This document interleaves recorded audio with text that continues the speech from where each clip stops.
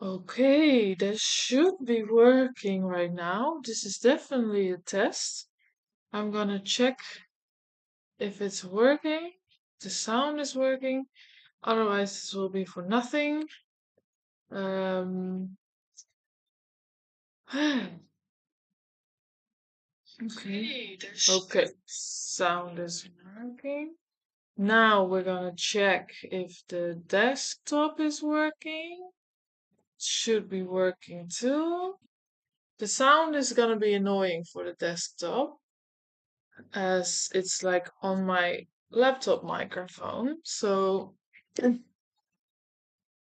it will definitely be a tricky one as I need to use my headphones then, but I'm gonna mainly do research anyway. So uh, let's see. Okay, it looks like it's working. Um, okay, I could do it without camera, I guess, next time. Um, okay, so we're gonna do pixels today. Let me get this out of the way. Steffi has been playing Pixels for a few weeks now, and she really likes it. So now we're gonna see if it's like I'm gonna check out the team. I want to check tokenomics. We want to look at guilds because there's apparently lots of guilds in this game, and see if there's good opportunity to invest in there because she likes it so much. So she plays it a lot. So then we can invest maybe and see what comes out of it, research wise, but also like mainly research wise. Um, so yeah, she has definitely checked out the website already. Um, so there's no need to do that. I'm very, very uncomfortable in this fucking position. Okay, so I think I want to check out the team first. I don't think she did that. So, oh yeah, and let's actually start bookmarking again. Where did I do that? I already forgot. Did I do like a separate one? Games. Maybe games. No, there should be. Which game was I doing last time? Alluvium, I think. Oh, it was on the other one, of course. Okay, so let's do games, new folder, and then it's pixels. So we can add that. Okay, so the team building a blockchain backed game is really hard, really, really hard. Okay, the fact that they acknowledge that is really good already. We have assembled arguably the most talented team in this space. Every member of the team has experience building products ground up, and our design team has shipped games played by hundreds of millions of users. Well, I do remember Steffi saying that she was playing a game. Was it called Ragnarok? Let me see. Ragnarok. Yeah, of course I get the game. Yeah, I think it's this one. I think she said it was like by Ronin, by the same people that developed this game. So the fact that they say like that ship games played by millions of users, hundreds of millions of users, that's a good sign for sure. Um, so yeah, let's see. Luke is the founder, started coding at 12, built and sold an app by 18. We don't have like links to like LinkedIn and stuff, and not even last names. Okay, I don't like that. Okay, let's see if I can find anything on LinkedIn by just going to the Pixels page.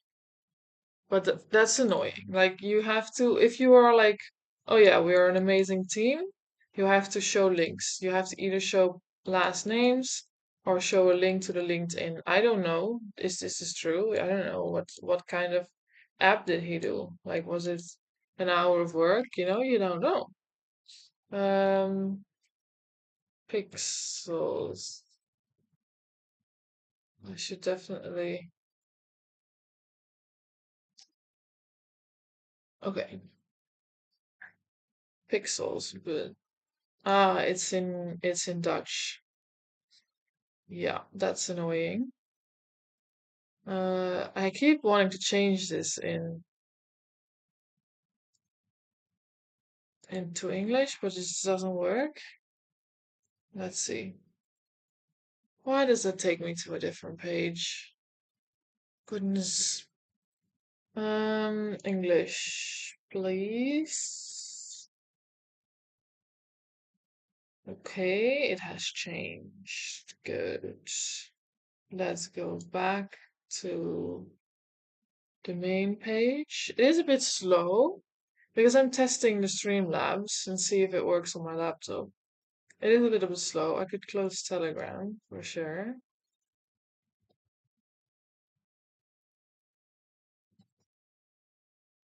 Am I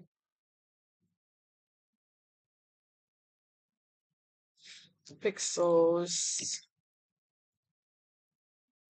Where is this? Okay, good. Pixels. Now we have it in English. It wasn't that hard to change. Let's see. Do we have people? Total employees, premium. People. Is there any people connected to the game on LinkedIn? No. Ooh, there we go. That's him. That's the founder. June Park. Wasn't he on there as well? No. No. No June. Okay. It is like he has it like maybe that's why. They are from the United States and Canada, mostly. Washington. Okay, very simple. He studied economic. Okay, so we're at the page. Luke, let's save that. Luke Barwikowski. This is the founder. And he said he started coding when he was 12. He sold an app at 18. He studied economics and computer science, technical learning generalist.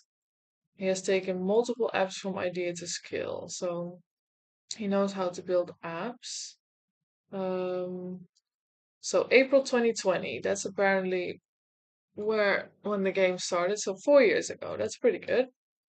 500K on our alpha first game.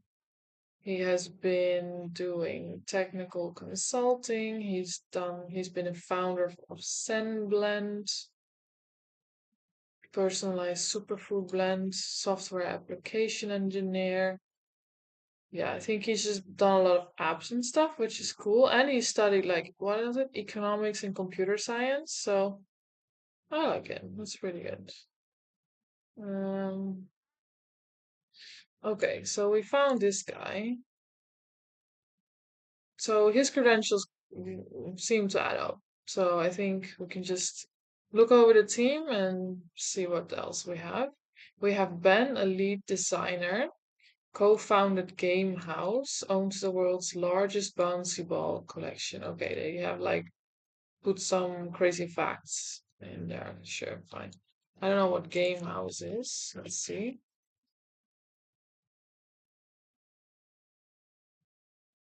Okay. An American casual game developer, publisher, digital video game distributor, and portal. Okay. So he knows games as well. Ooh, I like this delicious one. I've played a lot of those games. Okay, I like him. Then we have Heidi. Heidi is the head of community, engineer turned digital marketer turned Web3 baddie. Okay, that's nice. So she's done like engineering, then she's done some digital marketing, and now she knows a lot about Web3. That's cool. Head of community. So we should see her in like the Discord and stuff, maybe, or on the YouTube. Then we have Gar, a senior engineer, co-founded Game House. So he met Ben and he built games played by millions. Wei Wei is a founding engineer. He founded Honeybee and he built the foundation of Pixels. Let's see what Honeybee is. Um, yeah, that's of course that. How can I find uh, company or something? Company.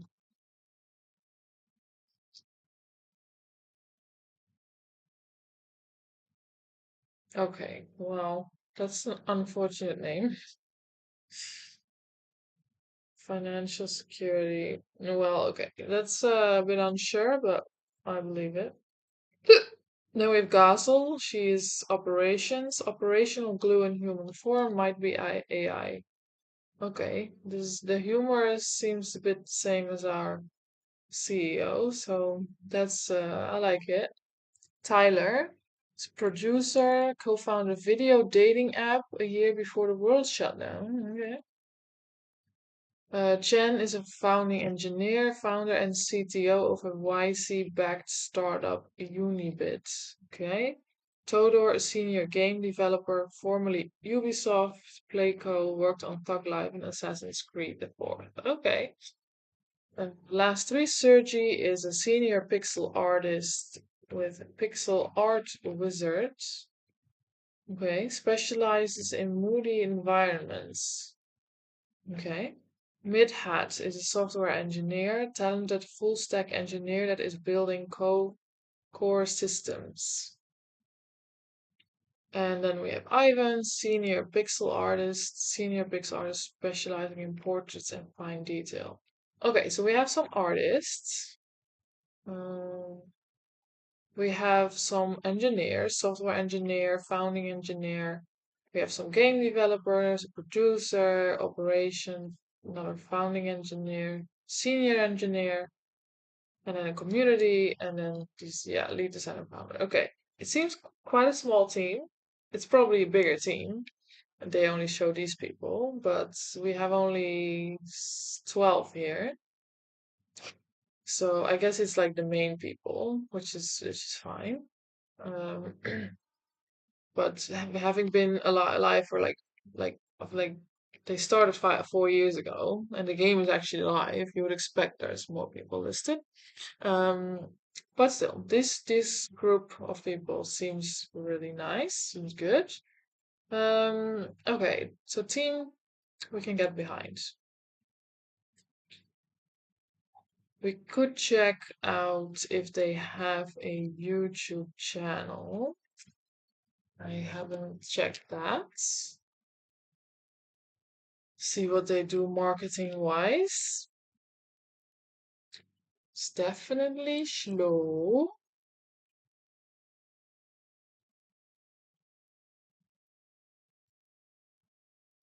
Pixels, they do. Very nice. They have 14K subscribers.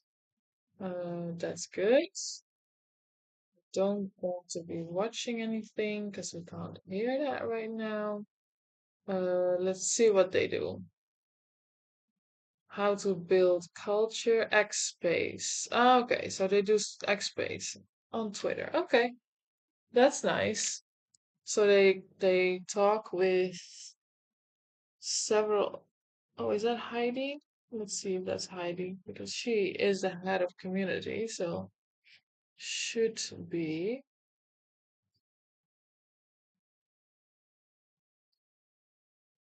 It's definitely. Yeah, it is Heidi. Okay, so that is nice. Let's get this one here. So Heidi seems to be in almost all of the X spaces, and then sometimes we have the founder as well, or usually a lot of times actually. That's nice. They started doing this 4 months ago, I guess, or have they done it here too, but it's just named differently. Well, oh, and then they have done a lot of AMAs. in 2022. And then they kind of stopped, and then they started doing AMAs maybe a year ago again. And I guess the game has gone live, and then since then they've done like the X spaces. So that's really nice. I we could listen to a few maybe another time. But the fact that they do it quite regularly, it seems. It's been a while now, but um, that's really nice. It's like it shows commitment, it shows a connection to the community. Yeah, transparency. That's really good. Okay. Let's go to the white paper. Like they have a light paper. That's not great. It's good that they have a light paper, but as a game is live, you kind of want a white paper as well. This doesn't have a lot of information, and a white paper goes a bit deeper into everything. So I'm curious to see what they say. I want to mainly see the economics and stuff, but I'll see if there's anything in gameplay that's interesting for us. Gather, resources, planting, progression, upgrading. No, this is really just gameplay. So I want to just go to the economics and see what it's like. So let's bookmark this one. Um, we believe many of the issues popping up in Play to Earn are already solved problems in the traditional gaming world. Our goal is to combine good game design, lessons from the leading Web 2 games, and what's working from the top Web 3 games into delivering what we believe to be a long term and sustainable economy for our game. Our economic models rely on one fundamental assumption. Our game needs to provide real value to our users through gameplay. People need to enjoy our game enough so that they would potentially even pay for things, upgrades, skins, or other premier features, just like they would in normal games. Well, that is nice. That is makes sense. Totally makes sense. That if that's their goal, it's working because Steffi is playing it. She loves it. She plays it every day. And we already paid for some things. So yeah, their their strategy definitely works. Um, which is a good sign. It's the first game she has enjoyed that much and she wants to invest in. So it actually being playable and being cute, it works for them. Okay, source of value. We believe there's a wrong assumption about blockchain gaming circulating through the space that blockchain games can monetize at orders or magnitudes higher than traditional gaming. We believe this assumption will likely not hold in the long term. Okay, games do provide real value to their users. This is a fact, but the truth is that a blockchain game of a similar caliber, I did put, yeah. Sad truth is that a blockchain game of a similar caliber to a traditional game will probably create close to the same amount of total value for the ecosystem. But the sad reality is that the previous generation of blockchain games did not even provide the same level of experience as traditional games. The prior generation of blockchain games was not valued for the entertainment they were providing, but rather for the speculative elements of potential future earnings. Yeah, that is very true. I've said from the beginning, a game needs to be fun. Otherwise, it's good for a little bit if you can earn, but it's like it will lose interest so quickly. And what works for a game's economy is longevity. You need a long lasting game. People won't need to be playing it for years. You need to keep the interest, otherwise it's gonna crash no matter what. So for sure, it needs to be focused on entertainment. I love this game. We are designing our tokens and in-game items instead to focus completely on gameplay and providing entertainment to our users. Core loops. There are three classes of assets in the Pixels universe, all of these stored on-chain: land, resources, and tokens. These three asset types all integrate into our core loops in different ways. Okay, so let's see. Land. Plots are pieces of floating landmass signature to the Pixels universe. Players can choose to make their homes on three varieties of plots, each with its preconceived perks and limitations. Free and rented plots will primarily be single player instances, and visitors won't be able to see your farm. You don't need to own a plot of land to access the game's features, which is good. You need to offer a free to play, otherwise you don't have enough players. Free plots, also known as specs, which are the most basic type, allowing the player to engage in basic farming activities. Altogether, free plots do not offer much functionality and provide far less yield than other types. Okay, that's fine. As long as it offers players to engage in basic farming and stuff, it doesn't need to um, be more than that. Then there's rented plots. Rented plots allow the players more freedom, better yield, and space for decorative purposes. But their downside is the player having to rent them out, thus forfeiting a large portion of their winnings by using this plot type. Okay, so a bit better, but still with disadvantages.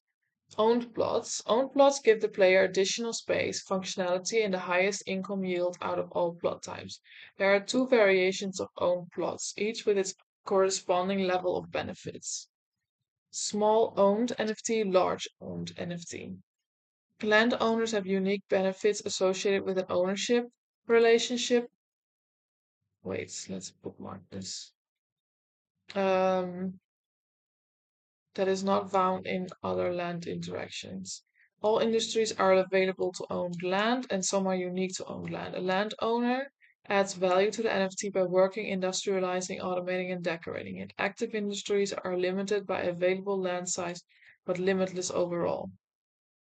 Oh my goodness, what an information. Landowners have the richest tapestry of interaction. They can manage the resource of the land themselves, benefit from the production of their land by sharecroppers, and the sharecroppers themselves on other owned lands. Okay, I just want to check because I think it is quite expensive to own land in this game. Uh, just want to see if I can find the marketplace. Explore land. Here we go. Let's bookmark this one.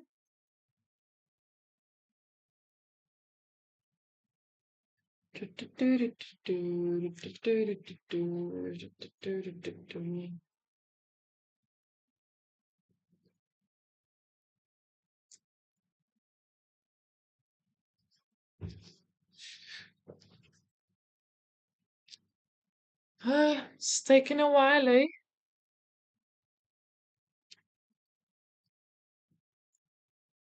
Okay, farm land. Is this the land? So let's just check if this is true. Yeah, see, it's like more than 1 ETH is the cheapest land. So it's like 3,000 or more. So it is quite expensive. It's not for the everyday man that can own land. Resources. Each NFT farm will have resources available, and the highest tier of resource can be found in public lands. The only method of obtaining these resources. Okay, so there's a lot of benefits from owning land. So I don't know how disadvantaged this is for other people. Resource generation. Resource generation is the main facet facet, facet, in our game. Part of our in-game progression is that there is an increasing amount of difficulty to gather more rare and hard to come by resources, and those resources will give more utility in-game. Players will need to spend time working their way up to be able to consistently gather higher and higher quality resources, which is good. Gives us an incentive. The number of resources generated during a given time period can be adjusted by our team via several variables. Replenishment times, inputs required to grow a resource, how many resources are generated per action, how much effort and attention does the process to harvest this resource require. Okay, so that is good. That is not, it's like different variables to earn stuff. So it's not just one, but they can twist like little things here and there to make it more difficult, to make if it's like, oh, there's too much being earned, there's too much tokens created, let's adjust a little bit things. Or the other way around, if there's not enough people wanting to because they can't earn anything, you can change, it can be easier. So yeah, that's good. There's four factors. Sharecroppers. Oy, oy, oy.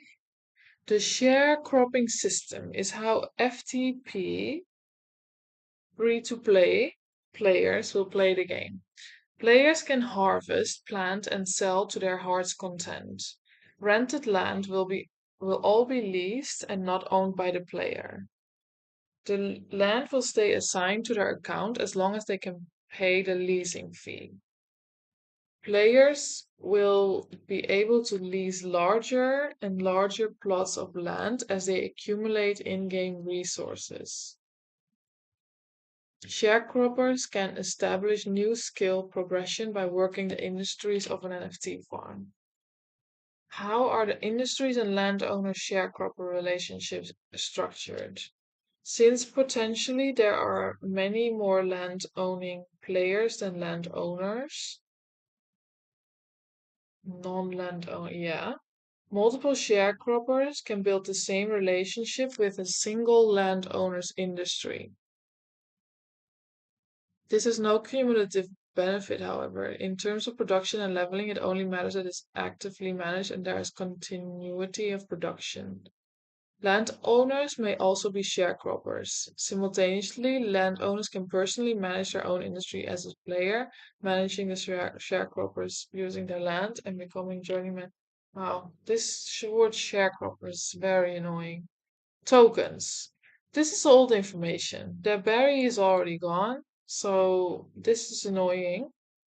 The tokens, they say there's two tokens, berry and pixel. I know that's not true, so they need to update this. Both tokens are intended to be uncapped in amount of total supply. However, the utility unlocked by each currency is quite different. Let's see. Because I don't think berry still exists. Let me check it out. Or maybe it does, but it's not like in-game token anymore. Berry, berry, berry. Yeah, it doesn't. Okay, so now you're gonna read this. Let's read this one. Pixel. Pixel is a premium in-game currency in pixels. Pixel is used to buy items, upgrades, and cosmetic enhancements that are outside of the core gameplay loop of pixels. See, I want to even know the core gameplay loop. And it's much harder to come by. It's analogous to gems from the Korean game Clash of Clans. Okay. Players will not need this token to progress in the game, but if they want to show up a bit more, then they will. That's funny.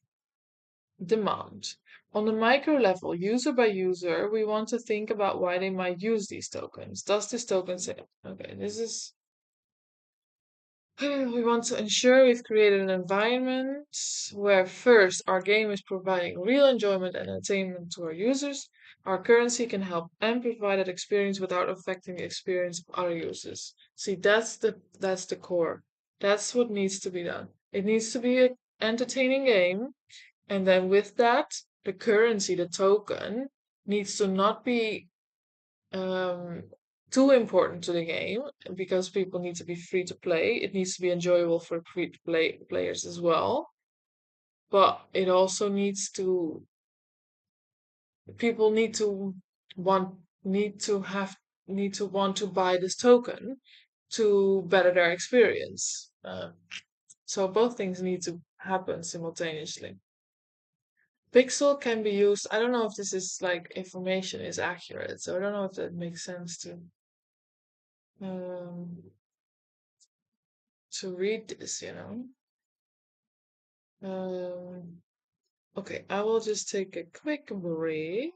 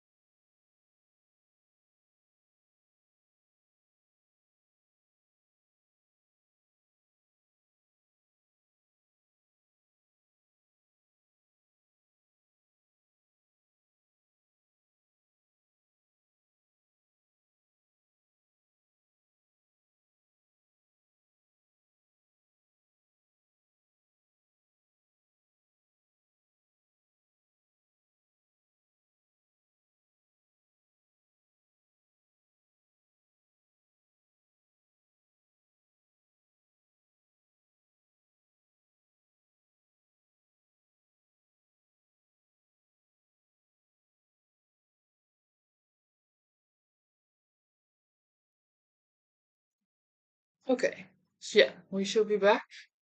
Um, okay, we can see supply of pixels. 100,000 new pixel will be minted each day. The new pixel will then be distributed to active players that are engaging in desired behavior patterns that benefit the pixel ecosystem.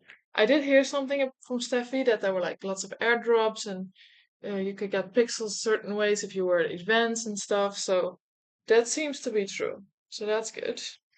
Daily distribution. A large form of this distribution will be through a daily reward system for completing various tasks, quests, or finding a specific item.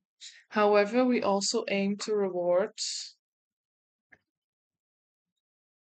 other behaviors such as creating unique user-generated content that encourages more use, engaging with our community, and more. The allocation of these daily rewards is decided off-chain but approved on-chain. At first, this system will be decided by pixels, but this is a perfect example of decision making that will move to be more decentralized. Good. Burn. Premium items will be able to be purchased in our an in-game store. The store will not purchase items back. Proceeds will be sent to a treasury managed by Pixels.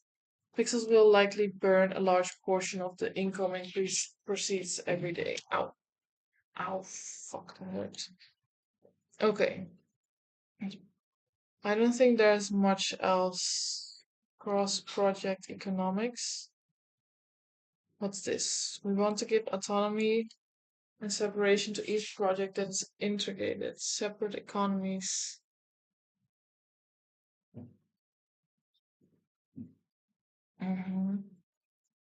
Okay. See, yeah, there's not too much information in this white paper, which is a shame. Um,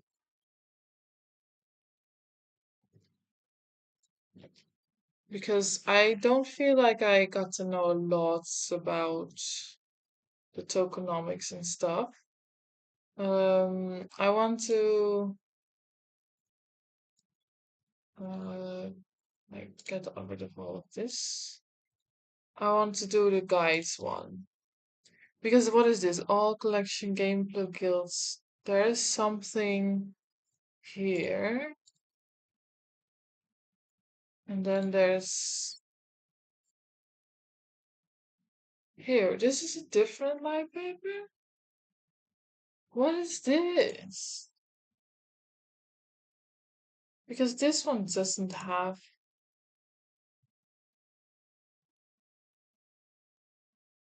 Ah, this is different.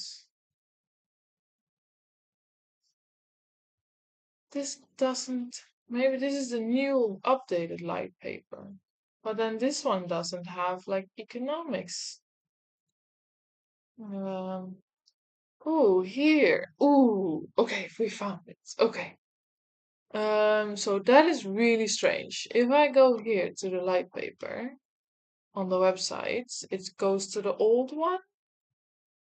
But then when I Google it, I get a new one. So they should definitely fix that. Um, but then let's just do the tokenomics again. We've read this one. That was like the environment, the entertainment one. Okay, but now there's different information. That is really strange. That's definitely not good of the game. They should fix that for sure. So Pixel. Pixel is a premium in-game currency in pixels. Pixel is used to buy items, upgrades, and cosmetic enhancements that are outside of the core game loop. Okay, that's the same that we read. Pixels is an in-game utility token. The four main use cases that will be available at TGE will be memberships, realms, guilds, pets. Yeah, that's good that there's pets here, guilds here. Pixel will also be used to lots of other stuff. And Pixel's VIP. I know we bought a VIP membership, so that's interesting. Pixels VIP is how users can show support to Pixels. Pixels VIP grants access to exclusive areas, perks in-game, and the ability to withdraw Barry to a Ronin wallet. Pixels VIP was previously sold as a subscription for $12 a month. Okay. Okay, distribution. Here we go. This one can go. Pixel is a capped supply token with 5 billion supply. Pixel will be unlocked on a predetermined schedule that lasts 60 months from the token generation event. 15.42% of Pixel will be unlocked at the token generation event. The largest pool of this token exists in the form of ecosystem rewards, which for a game always makes sense. So that's good. Let's see, how much do we have? We have 34% for the ecosystem. That's good. 9 point, ooh, we have 12.5% for the team, and then 9.5% for advisors, and then 14% for investors, which it's good that they want to reward the investors even more than like team and advisors. The like it should be investors, team, advisors, but together it's quite a lot. Um, Binance launch pool 7%, Alpha rewards 5%, Treasury 17%, liquidity 1%. So I guess like investors, they do like it's like the seed and the pre-seed stuff. Or maybe they don't do that in this game. Um, let's see. Liquidity 1%. Isn't that like too little? Okay. And then here they show only the percentages, and then we have a graph. Let's see if they later on they put more, because here it's like at like month 12, it looks like most of them start, except for what is this? The Binance launch pool. That's already started, but the rest starts then and then it goes slowly. The investors and alpha rewards goes quite slowly. And then the liquidity ecosystem team 8. 1, 2, 3, 4, 5, 6, 7. I only have 7 here. Okay. Well, at least there's a 12-minute one wait. That's good. Wait, did I? Yes, I did. Ecosystem rewards. Ecosystem rewards will initially be managed by the Pixels team, and the core purpose of the rewards is to grow the ecosystem.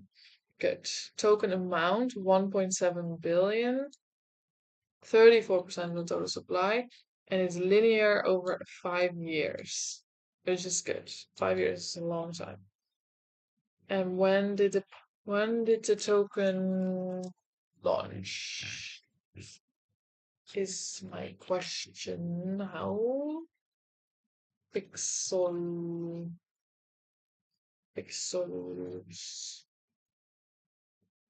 35 cents at the moment. It has dipped a little bit. Let's see over 3 months what has happened. That's oh, it's April. It's dipped the half of it in like since a month ago. And then March, it was like $1. Bam. It's dipped quite a lot. Okay, let's see when it kind of launched. February 2024. This year? Wow. Okay. So as the game has just launched and the ecosystem rewards are gonna be unlocked over 5 years, that's a really good sign. That ensures that there's still enough over the 5 years, and it's already working right now. The game is working, the people are happy, there's enough rewards being distributed. So if that's now the case, then it should be good for 5 years at least. Um, Reward distribution. Pixels will maintain discretion on how these ecosystem rewards are distributed. The aim is to distribute rewards to users who add value to the broader ecosystem and its growth. The most loyal players of Pixels, ecosystem builders. Okay, that's fair. Um, Especially knowing that it works and that they are rewarding people. They don't need to show how exactly they do it, um, because that could fuck up the game. Anyway, okay. Earning mechanisms. The rewards distribution mechanism will also greatly affect how other areas of the game may be burning pixel. For example, if we create incentives for players to farm resources that are only available on NFT lands, it creates a stronger reason to join a guild, which will in turn lock up Pixel. If we were to give VIP users more tasks to earn coins, it would create a larger funnel to VIP sales.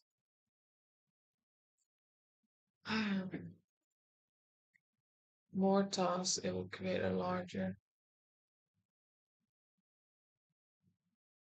Yeah, so they can like direct the players a little bit. Like, oh, we need more of this. Let's give it more interest, more use case. We will be iterating and experimenting constantly on where we weight the incentive structures. The goal is to create a system where users feel like using Pixel is worth it and to build a larger player base. That's good. Several mechanisms have been prepared to distribute the Pixel token. That is really good. I like that they don't exclude too much information, but they show what their thinking behind it is. And they show like, okay, we will constantly change things to ensure it's like it works. So nice. Task board. Our task board system can also fit into the distribution of pixel.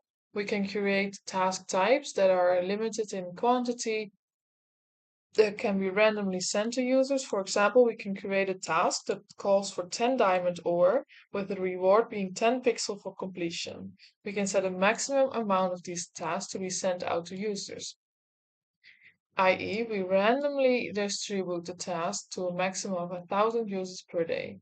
This allows us to be very precise with the amount of pixel being distributed through the task board and allows us to give compelling reasons to try to gather these endgame resources as well. Nice. I like this. Who gets what task? Yeah, because that was my question. Like, if you're only gonna send it to 1,000 users that can get 10 pixels, that seems like unfair maybe to some others. Like, how do you decide who gets the task? We can also set a preference to distribute more of the tasks to specific personas if desired, i.e., increase the likelihood of a VIP member receiving these tasks x10. Okay, okay. I should ask Steffi if she's been receiving more tasks because we've become a VIP member for 3 months. So we can test that if she actually gets more tasks. But that's a good one that they can increase that.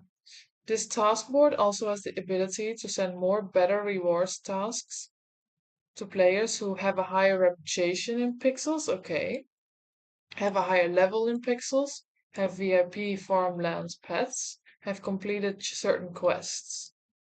We can incentivize certain gameplay paths to unlock better task boards tasks this way. Nice. That is really smart. So they have like different criteria, and they can just like distribute tasks in that way. Like, oh, we need these people with higher levels are gonna get rewarded today, so we send more tasks to them. I'm liking it more and more. The task board also creates an interesting tie-in to the value accrual of land and therefore also flows down to guilds and guild memberships. So you need to read about that. It directly links farming resources on more desirable NFT land and pixel. Oh, this is so much stuff to read. Rewards dashboard. We have a separate rewards dashboard that is more flexible than the task board. We can reward users for sharing tweets, completing quests, ranking on a leaderboard, referring friends, login streaks, or random stuff. This dashboard is quite capable. There are different reward types that we can assign, and we can create pools of rewards. First come, first serve rewards. Example first, 1,000 players to farm 1,000 scares receive 10 pixel each. This is really nice. Now I kind of want to play this game as well. Timed leaderboard rewards. Example top 1,000 scared farmers after 1 week receive 10 pixel each. Split pools. Example everyone who farms 1,000 scareds within a week receive a pool of 10k pixel. Nice. Farm taxes. Currently, farms have subsidies for them. When users farm on another user's land, they get an extra 1% of the crops harvested on the land that goes to the landowner as a subsidy. We are tweaking this system in Chapter 2 to turn it into a tax. Okay. See, that's nice. Apparently, it didn't really work. So they're changing it a little bit to make it more like better for everyone in the game. Landowners and guilds that manage land will have the option, guilds that manage land will have the option to set a tax on their farm. They will get sent X% of crops that are farmed on lands. These crops can potentially be redeemed for pixel tasks. Guild memberships. There we go. Guilds will get a share of guild membership transaction fees in the form of pixel. In addition, if they set up farm taxes, they will get a share of resources generated on their farms. We expect that guilds will likely redistribute some of these resources they get back to their guild members as a user acquisition strategy for the guilds. Okay. Damn, they seem like they know what they're doing. Dun, dun, dun, dun, dun. What's that sound? Targeted earnings. Part of the core tech that Pixels is developing is around the targeted distribution of rewards. This is experimental and must be iterated heavily over the next 12 months. So transparent, so nice. They are so good. The aim is to create the most efficient distribution of rewards possible. We are able to target rewards to specific types of players through the taskboard and rewards dashboard, focusing on four main personas: free to play users, VIPs, landowners, Pixels ambassadors. Okay, okay. Free to play incentives. Taskboard tasks. Users may occasionally get taskboard tasks that offer Pixel. This will be at random. We reward dashboard. We may open certain reward pools in the rewards dashboard to all users. VIP incentives, extra taskboard slots. In addition to free-to-play rewards, we can direct more taskboard slots and more pixel tasks to users. Rewards dashboard, we can create VIP-only pools and tasks in the rewards dashboard. Landowner incentives, we can distribute incentives to landowners in several ways. Extra taskboard slot, like VIPs, we can give more taskboard time. Taskboard tasks for tier 2 and 3, 4 resources. We can also indirectly create value for land and guild memberships by creating more tasks on the taskboard that use resources that can only be collected on NFT lands. This creates a higher ROI for farming on guild-owned land and will funnel users towards guild memberships. Okay, so mainly incentivizing players is done by more tasks. And more tasks means more opportunity to earn pixel. Good. And then there's something about the guilds and the land that you can use the resources only collected on NFT lands. Amazing. Rewards evolution. We've the ability to adjust the split of ecosystem rewards to different user personas to align reward distribution with the end goal of pixels, ecosystem growth. To adjust the split of ecosystem rewards to different user personas. This is where a lot of the core tech and discovery will lie. The breakdown of rewards to personas is subject to change, so we can adjust the rewards to relevant user personas as needed to balance the economy properly. They do repeat the information a lot. I know now that they will change and adjust stuff over time. In order to maintain funnels to lend and VIP ownership, we have targets of earnings per player. Yeah, we read about that. Leftover incentives can be distributed to free-to-play players. Ah, okay. So it's like we first reward the land and the VIP owners, and then whatever is left, we can distribute to the free-to-play players. That is nice. However, a key thing to note is that in order to achieve sustainable growth, we want to balance rewards with the burn of pixel. In order to achieve the balance rewards, okay, yeah. Pixel needs to be burned, otherwise the price is just gonna.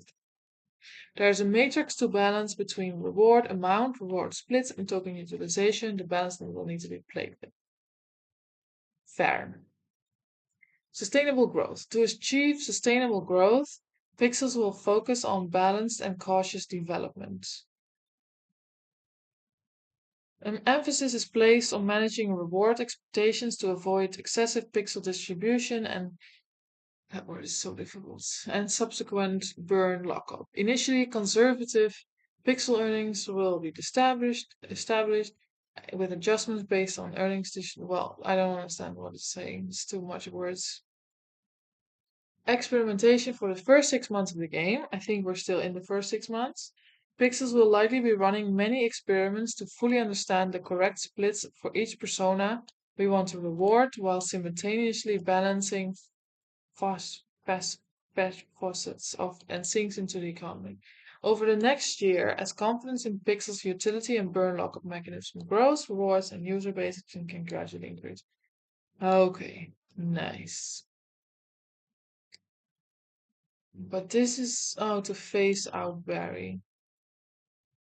Okay, well, this is about Barry. I'm not gonna read this because it's too not interesting. Investors. Let's see what's happened here. Pixels has raised $4.8 million. Okay, that's a lot of money. With 14% of the token supply sold. Token amount 700 million, 14%. Unlock schedule 1 year lockup, linear over 3 years. Okay. Invested in the round include Animoca Brands, good name, Framework Ventures, Collab Plus Currency, Fold Capital, OpenZ Ventures, Yield Guild Games, Breeder DAO, Fenbushi Capital, Edge 22, Angels including Gabby Dyson, Alexander Larsen, and more. Why we raise? Web3 offers a variety of interesting ways to raise capital for projects. The intention of this raise was to bring on partners who can offer serious support as we build out the next generation of technology in the play to earn space. Love it. Sounds good to me. The airdrop, there's 5% of the total supply is for airdrop. It's 250 million tokens. And it is unlocked at TGE. Season 1. We created a point system during our pre-alpha in October 2022 to distribute our soft currency Berry. We also promised users that participants would be airdrop pixel at a future date. Players had to compete to earn badges by playing the game, connecting socials and sharing with friends. Only the top 20,000 earned rewards. Season 2 of our airdrop will start 5 weeks before TGE, run for 4, and end the week before. Users will be given points for completing in-game quests, referring new users, creating and joining guilds, creating social content. And there will be a percentage of the airdrop reserved for berry holders, which is nice because they changed that. Utility. Okay. As the game develops, there will be more emerging use cases for the Pixel token. That's good. We have several use cases at launch and will continue to develop and refine the game and ecosystem for years. VIP passes. Pixel VIP passes will now be able to be purchased in Pixel. Pets. Additional mints of pets will be in the Pixel token. Purchasing coins, realms, and UGC, the players will be able to create their own items to trade in our game. Players will be able to mint these items as NFTs with Pixel. Guilds, players will need Pixel to start and join guilds. Quality of life upgrades, we have in-game items and perks lined up that will be purchased with the token. Portals that link to other farms, additional bookmarks, future use cases, further investments into realms, pet breeding, pet upgrades, player upgrades, quality of life improvements. Lots of use cases. Very, very good. DAO. This is interesting. Hmm. I'm not interested. What is the roadmap like? Is there anything past milestones? Good. Chapter 2, March 2024. Yeah, that launched. Um, Guilds. I can click on that. Chapter 3 is June 2024. That will emphasize Pixel's pets. I think there's already some pets in there, but they probably gonna extend it. We already released the core loops to Pixel's pets in October 2023. Chapter 3 will be where we flesh out the gameplay and elements of combats. Ooh, so pets get a use case. That's cool. I'm sure Steffi will be happy with that. Chapter 4, October 2024. Chapter 4 will place a larger emphasis on UGC. I forgot what UGC is. It was mentioned earlier already. User generated content. for sure. That's it.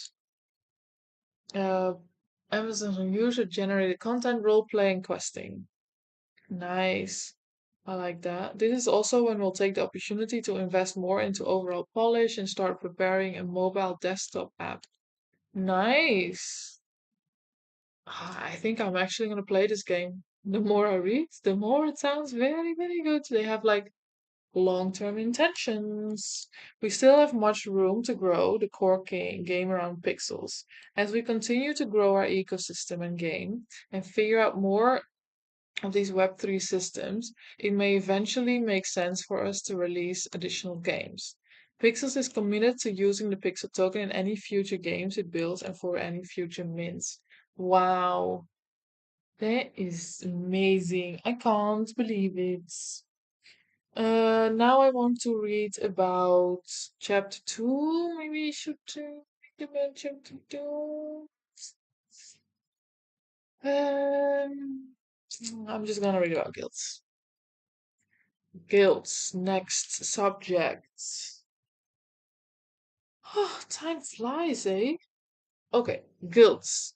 Inspired by projects like FriendTech and Stars Arena, guilds will be a new form of membership and community building that is tightly integrated into Pixel's gameplay. Cool. Ooh, it's a cool graph. What are guilds? Guilds will become an integral part of Pixels, especially in our upcoming release Chapter 2. Chapter 2 will bring large changes to the gameplay. Players must work together in guilds to maximize production and achieve larger goals in the Pixels universe. Nice. Chapter 2 will bring several key changes. New resources and resource tiering. Resource generation will be limited to each land, not each player. Only one player can use a given industry, crafting table, or piece of soil at a time. Huge change. You'll want to trust people you give land access to in your guilds. Okay, that is crazy. A new skill built around exploration. Guilds will search and compete for the best resources in game. This is so exciting. Guild memberships. I'm glad there's no one watching. Players may purchase memberships to join a guild. A bonding curve determines the membership price to join a guild. Players may purchase memberships to join a guild. A bonding curve determines the membership price to join a guild. A bonding curve. Is that the graph? Example of a bonding curve. Nice, okay. Users can also choose to sell their memberships back at a price determined by the bonding curve. A 5% tax on the purchase and sale of these keys will be split between the guild and pixels. Okay, so let's see. What is this? This price per token, current supply of tokens. So based on this, it will be a certain price. Okay, so 20 supply with the 20, and then you get over here. And then this is okay, it's a bit of a strange graph. Are they not gonna explain it more? Guild ranks. Players made at least like we know the price is based on the supply of tokens at the moment and the price of the token. So it's that's good. Both of those things are good. Okay. Guild ranks. Players may join multiple guilds and purchase multiple memberships into a guild. Okay. Any player is also able to purchase a guild membership to any guild. However, guilds will have full control over permissions inside their guilds, especially regarding gameplay. We'll introduce a guild rank system where guild leaders can assign roles and permissions to guild members. For example, users who purchase a guild membership may not necessarily be given access to resources, storage chests, or chats inside of a guild. Uh, The guild membership may not necessarily be given access. Okay, so it's like they can't do shit if you join a shit guild. They'll still have to work their way up in whatever government the guild builds. Okay, that's really cool. It's like a little community. Guild handles and guild charters. You can now purchase guild handles at this link. Let's check that out for 50,000 berry. These guild handles are not on-chain and not transferable for now. Do not try to squat on valuable guild handles that belong to others. Reserve the right to refund your berry and change your guild name for now. A guild cannot start accepting memberships until they have a guild charter. Guild charters will be sold in pixels when the token is out. Okay, so this is old information too, because the token is out already.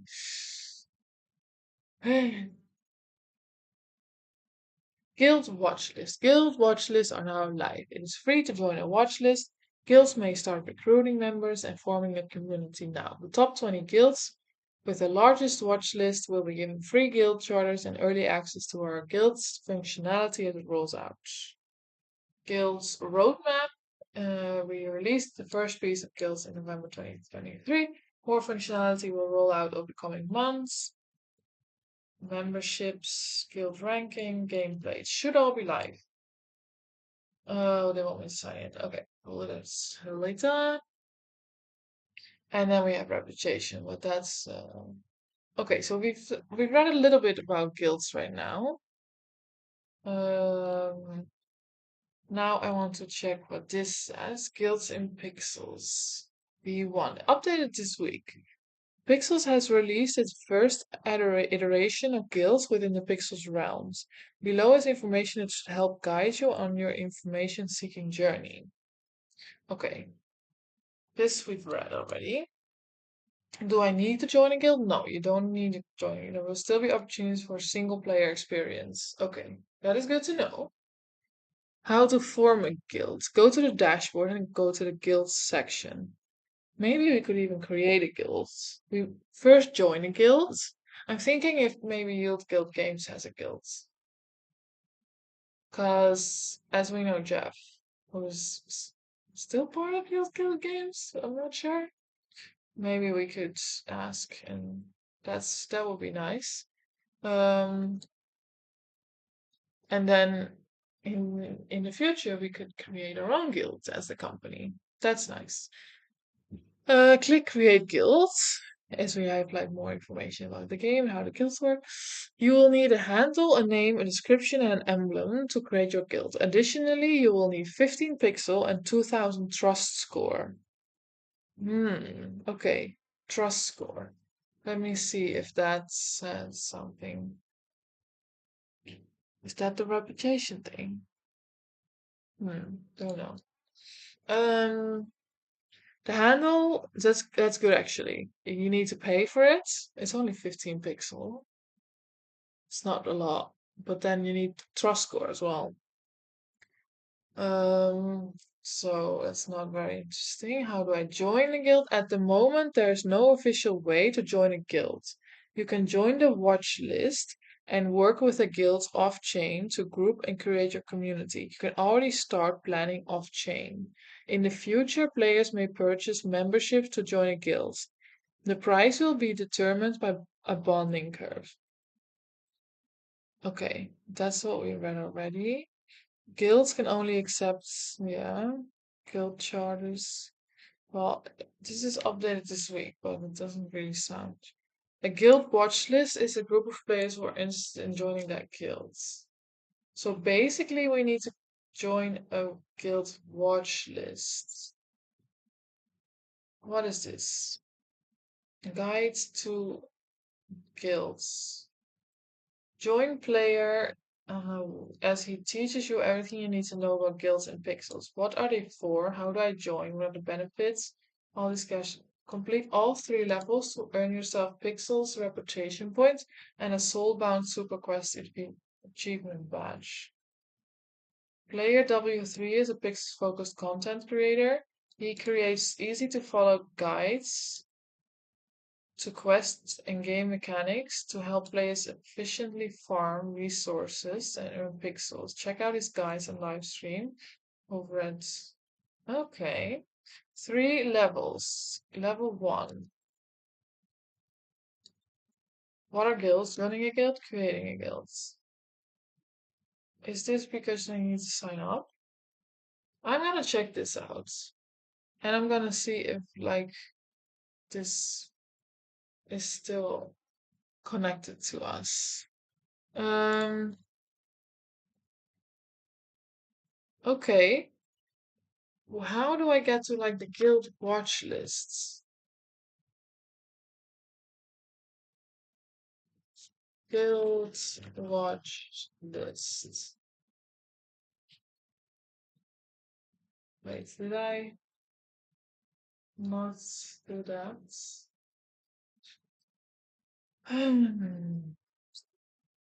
Guild charge, guilds creating guilds out. Do I have to go in game? That's annoying. Here, this was 1 month ago. Pixels online guides. Oh, I clicked on Spotify.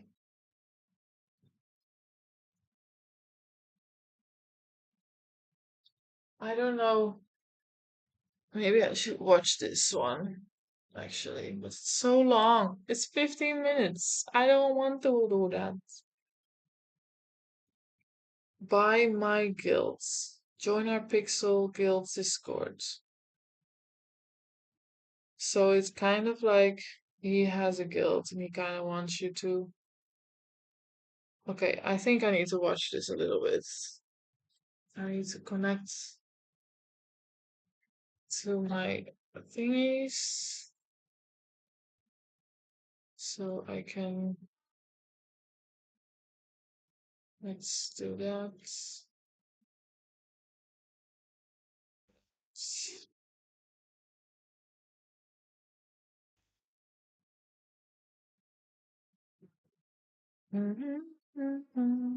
I'm connecting my Bluetooth.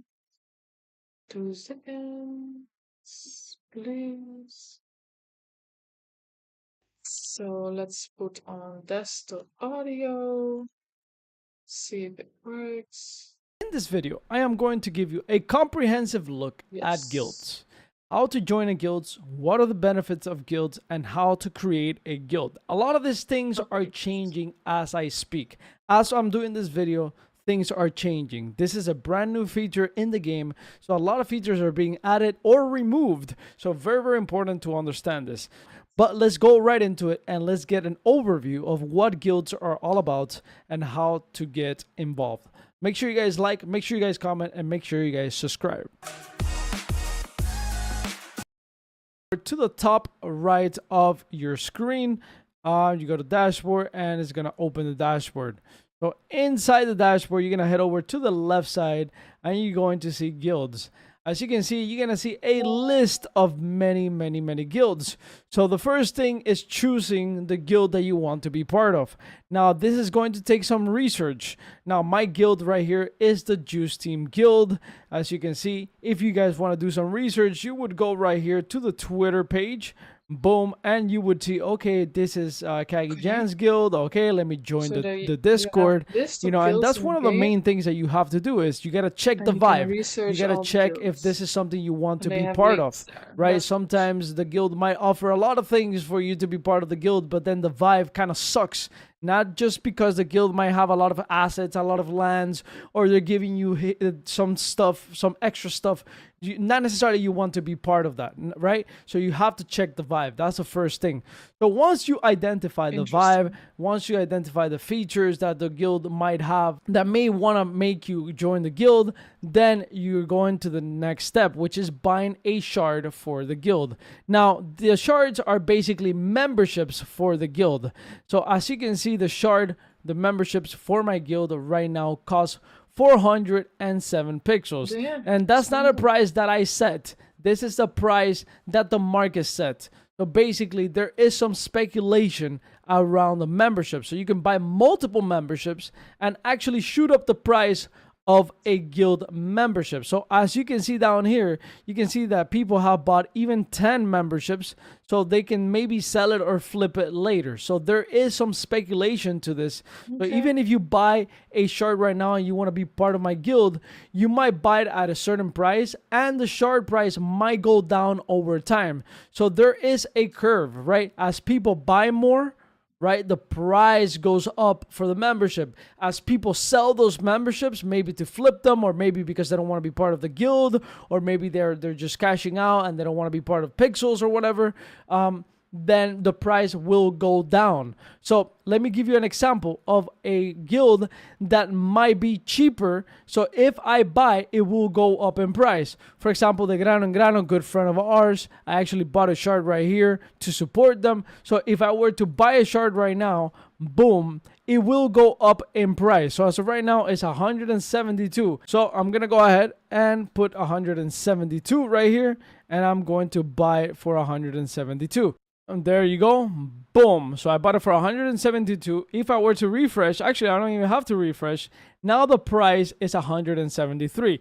Now, when they open the ability to sell, you're going to see that the sell price is going to be much less because there is a curve. You don't get exactly the exact money back that you put in. That's why you got to be careful. If you're buying shards to speculate, just know that when you're selling, as the price goes down, then the sell price is going to go down as well. So you might lose money speculating on memberships. So if you are not prepared to lose money in speculation on memberships, then don't do it for speculation. Buy the shard you need for the reasons that you want to join a guild. So one of the reasons is the amount of lands that some guilds have. Like we have right here 57 lands pledged to our guild. This is good, but it doesn't necessarily mean that the guild is more efficient. It doesn't necessarily mean that the guild is better because it has more lands. It doesn't necessarily mean that the guild is going to win because it has more lands. If it has more lands, that means that there's a lot more bureaucracy inside the guild. It means that the guild is bigger, it's harder to get things done. It doesn't necessarily mean that things are better. Sometimes it's even better to join guilds that are, that have less lands, that have less people, and are cheaper to join as well. So that is why even the Juice team, even my guild right here, we might do a sub guild. So make it smaller. So we might divide guilds into two, right? So if we have so basically, there's a list of guilds. You can do research on them by clicking on them, see which guild you want to join. Why would you join a guild? Because there's land. But he says also that the more land, it doesn't really mean it's better, because there's more bureaucracy in. As soon as there's more land, it's harder to get in. So it has pros and cons. So you can, yeah, it's basically just a research one to see what do you want out of the guilds. And you have to work your way up anyhow, so that depends on how much work that would be. 57 lands pledged right now, we might go ahead and do a second guild and make 2 guilds of 30 lands so that those guilds are self-sufficient, right? And they're easier to kind of get things done. So the bigger the guild, the harder to get things done inside the guild, because there's a lot more people that you have to collaborate with to get things done. So that's something that you also have to think about. So you might want to join other guilds, like for example down here, a guild that has, for example, 5 lands, and then it's a cheaper price, there's less people, and it feels more like a tight-knit community. Now, as the time of this video, you can see that the only role that you can give people at the beginning when they buy a membership is a supporter role. That is the only role that you can get right now. That is why I know things are going to change in the future. So in the future, when people buy your membership, you can actually tell them okay, you are going to be an officer, you're going to be a farmer in the guild, you're going to be different roles within the guild, really, right? Cool. So it doesn't necessarily mean that Creating if you buy communities a really shard, good. you're part of the guild. If you It's buy one cute. of my shards, you still have to join my Discord. I still have to vet that you're somebody that is worthy of being part of the guild, and you're somebody that is worthy of being ranked up to another role that has more things to do within the guild. So as of right now, everybody is a supporter role, and I cannot change it. So that's one of the main pain points right now with the guilds, that really you can't really manage the guild yet. You can't really give people different roles. You can't give people different stuff to do within the guild. All right, so let's talk about lands. How those lands play into guild. So let's go to one of my lands right here. I have 6 lands. The other lands that are part of the guild are people pledging those lands to the guild, and people can change guilds at any moment. So it might be 57 lands right now, and then maybe tomorrow people might, make their own guild, or they might shift to another guild. It could happen. Things happen like this. That's how it works. That is part of the game. So I have personally 6 lands, and of course they're pledged to the Juice team. So let's see how these lands actually benefit the guild, and how you benefit as a guild member if you are accepted to actually farm in our lands. So that is going to be one of the big parts of this equation. So let's go You to my land say right a here, and lot let's of go to, I don't information. know, maybe 4624. I have dedicated this land only for guild members. So this is one of the benefits of being part of a guild. Now, not every guild is doing this right now. In the future, it will be more like this. Right now, not all lands are dedicated to guilds. Most of the lands are open. Even my personal lands are actually open to everybody right now, because Oh there my is god. really no point Fucking hurry up, in guy. making lands So exclusive annoying. to guilds yet. But you can still pledge and not make it exclusive. So let's actually take a look at that. So if I go to my land right here and I click on this, I go to settings, you can see right here that I can actually pledge or associate my land to a guild. So I pledge to the Juice. So this is my guild. You can pledge your land to the Juice. And I decided that this land is only available to the people that have the shard membership. So if you bought a shard membership, you can come to this land and you can actually farm in this land. So this is going to come into play very handy in the future. As of right now, anybody can basically farm in this plot of land, right? Anybody, multiple people at the same time. But in the future, Okay, I am bored of this guy. Um, I think so far it seems very good to join a guild. Um, it basically means you have more access to land. That's why I need to see with Steffi because she wait, I'm gonna stop advance this one.